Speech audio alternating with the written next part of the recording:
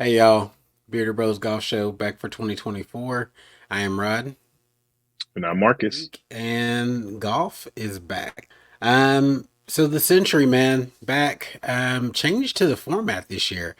I think I was a first round noticing some people. I'm like, oh, you didn't win last year. This used Yeah, to be the Sentry Tournament of Champions, yeah. Now and it's we just have a century. departed. Yeah, it's just a century now. No TOC. So we have changed the format, and I believe there were a total of seven non-tour winners that played this week. So what do you think about the change in the format? It's a little bit of foreshadowing into the deeper part of some of those elevated events for this year. Yeah, I mean, it's refreshing. I mean, just to make sure you get a full field. I mean, always have some multi winners. So not every week is going to have a separate guy. And then, I mean, there's always going to be some champions that take the week off and they start later on in the season. So to have the field be filled up and be able to make threesomes and have multiple times, it's good. I like it.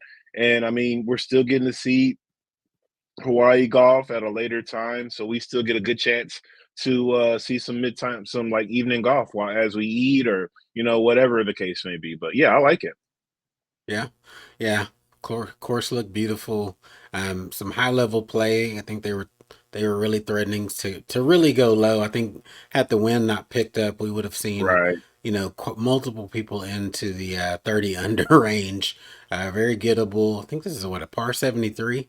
So one extra Par par 73. five out on the course. So plenty of scoring opportunities. Handful of bogey holes, which is interesting because Sung JM set the record for the most birdies in a tournament round, but had plenty of bogeys on the card to not let him secure this victory. So Yeah, still scoreable, always a good lead.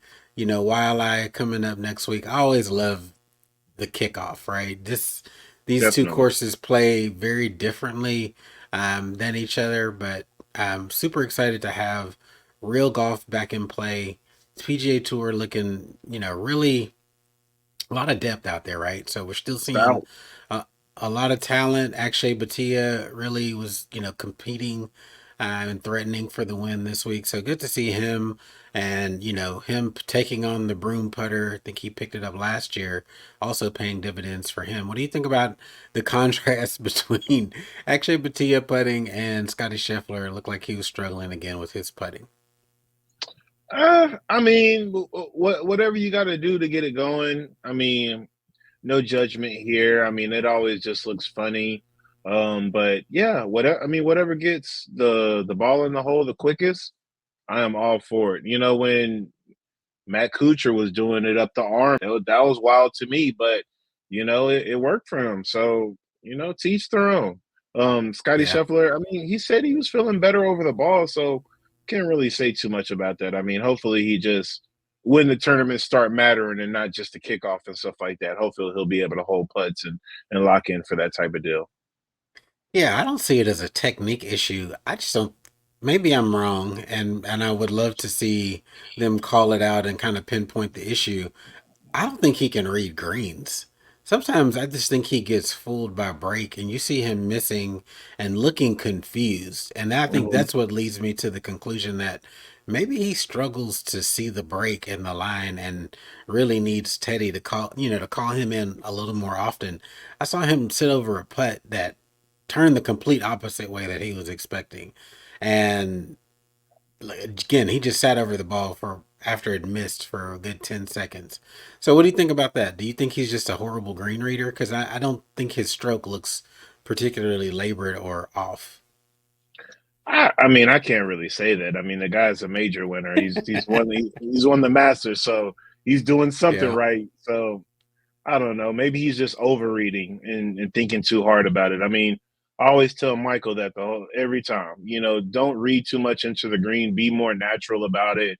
Don't think about it too much, and just yeah, he has the same issue. He just sits over the ball too long, and I mean, I can't do it. I don't know. I guess I simplify I feel like I'm a decent putter for an amateur. And I don't know.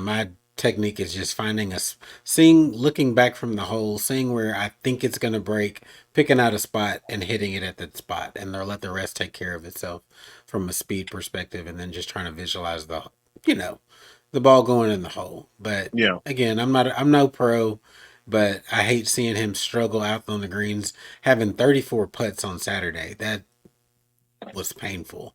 Um, but anyway, on another note from the Century, we had Kevin Kisner, current, tour pro, will be commentating a couple of events this year. This was his first go around. I don't know how much you got to hear of him, but my thought, he kind of blended in. It wasn't very offensive. There was one particular moment where he called out Jordan Spieth on missing a 3 foot putt, but other than that, pretty unremarkable, which I don't think is a bad thing for the commentators just to blend into the background and be part of the part of the tournament without being offensive. What do you think? Yeah, I mean, Kiz as a commentator is definitely going to be a good look, just like Smiley Kaufman. I think they're not saying that they're born to do this stuff, but because they're born to be golfers, but definitely a good look on him. I mean, and for Kisner, I think the fact that he was so laid back and easygoing about it, I think that's going to be a leg up every time because it's like what we talked about pretty much all summer long. Let the golf do more talking. A couple comments here and there. I mean, y'all are having a full blown conversation. Like, I get you're trying to get the sponsors in there. You're trying to get upcoming events and, what's going on from the day to day type stuff. But, like, bro, there is some time to let the mic breathe. Whatever you Yeah, need to do, to calm that down, that is perfect. So, Kisner coming in, being a breath of fresh air where he really just kind of, like you said, blended in the background, spoke up when needed. Of course, they're going to ask him questions, what he thought as a player and, that perspective and stuff like that. But I think, next time around, I don't even think they need to have guided questions like that. He'll be able to answer it from his perspective regardless because he's still yeah. a player. So things like that, I think it'll go better as far as production overall. But Kisner himself, I think he did a very good job just, handling himself. Yeah, I think it was a good look. I think, there's some growing pains there while you get used to your timing. There were some spaces where he probably could have comment a little bit short when maybe Azinger would have droned on a little bit longer, but they'll figure it out. And I think he definitely has a pathway after his career to, be in the booth. And I don't know if it's going to be prime time and be a lead. I'm sure that while they're trying to figure that out, we'll see some different faces in the booth this year as they trying to figure out who's going to be the primary person going forward. But Kisner Yeah. seems like he still has a ton of years left on course, so this is just a little bit of dip in the pool and checking the temps and seeing if it's something that is actually viable. And I think truly it is for him. I think he's got the knowledge and he's articulate enough to get his thoughts across without being too douchey. And I think people were probably worried about his language, and I know they were Yeah, talking him about it a being one of the little good bit. old boys. Yeah. Yeah, they were talking about him. He's like, I hadn't cussed yet, had I?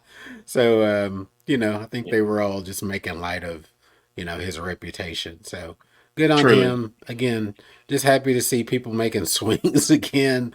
Again, I don't think Kapalua is your typical course, so it's hard to get a gauge when you have these big undulations and these huge drop offs and 400-yard drives. This isn't your typical golf that you'll see, but it's always fun to kick off the year with the beautiful scenery